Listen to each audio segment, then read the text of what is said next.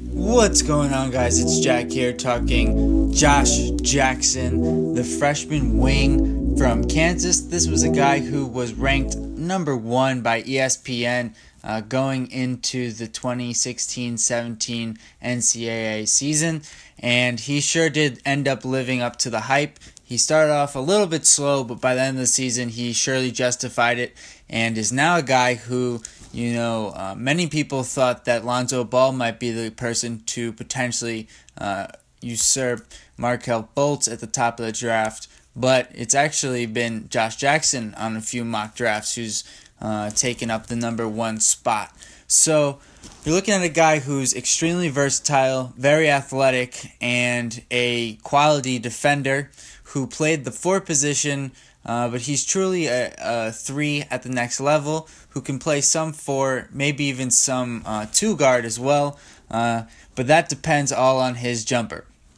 So Josh Jackson is, a 6'7" wing, and he's a guy who can do a bit of everything, and that's definitely his biggest plus, right? He's a very versatile player. He's a guy who is able to pass the ball. He averaged 3 assists a game, and that's with Devontae Graham and Frank Mason as his teammates. So he wasn't necessarily the guy who had the ball in his hands the most amount of times, but he still was able to get those 3 assists a game. Now, he can score on his own, and he can create for himself, as you'll see many times in this video and in these highlights against Michigan State. And this was a big game for him scoring wise, and for him at the end of the season really was when he played his best. Now, obviously, the last game for Kansas didn't go so well against Oregon, so I chose to go with the last a good win. Obviously, they did beat Purdue after this, but this was a quality game for Jackson. Now, he's a very good passer, and I do like his vision. And this season, he really hit his 3-point shot really came around. Now, the question marks are, he does have a funky delivery, and can he shoot from the NBA range? And he figured out the college range, but can he shoot legitimately from the NBA range? And that's going to be a question mark until he proves it. On defense, he's really talented. In terms of staying in front of his own man and getting into passing lanes and getting steals. He's a good weak side defender in terms of coming over for blocks, and he's a player who can, impact the game on both ends there and that's one of the reasons why lots of draftniks are comparing him to like a guy like Iguodala, because he can do a bit of everything and he is a good defender. And I understand that, but I don't think he's necessarily as good a defender as a guy like Iguodala is.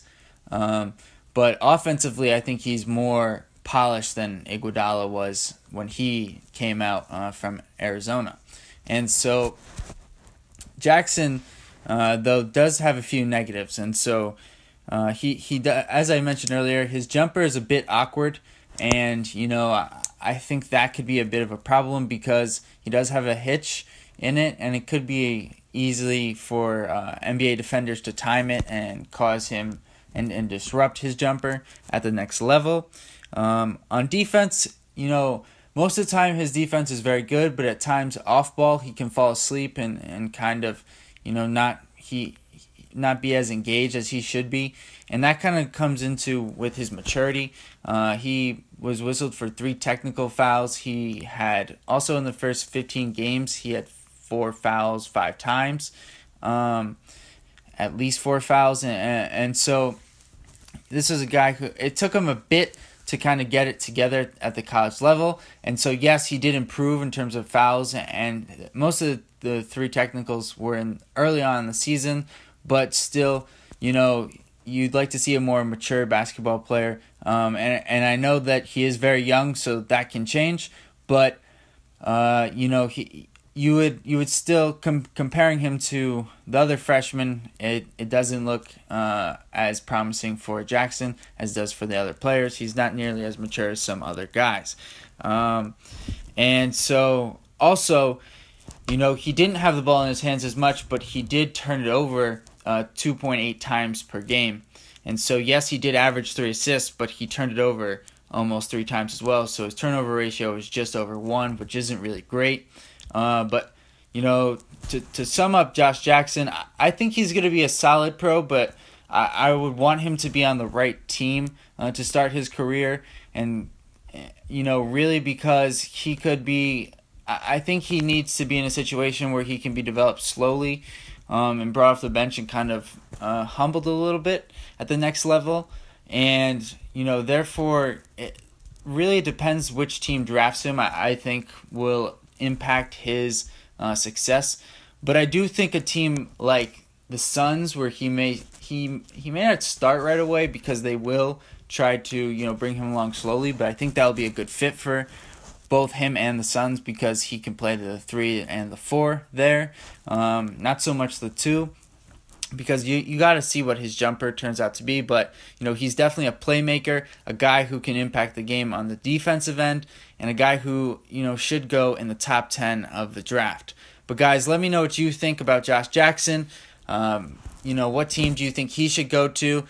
And, what do you think I'm right about him or wrong? I think he's a guy who could develop into potentially an all-star player, but there's definitely some question marks and some areas of concern for him that I don't necessarily have for other players. But, guys, let me know what you think in the comments below and some other players you want me to profile. I'm out.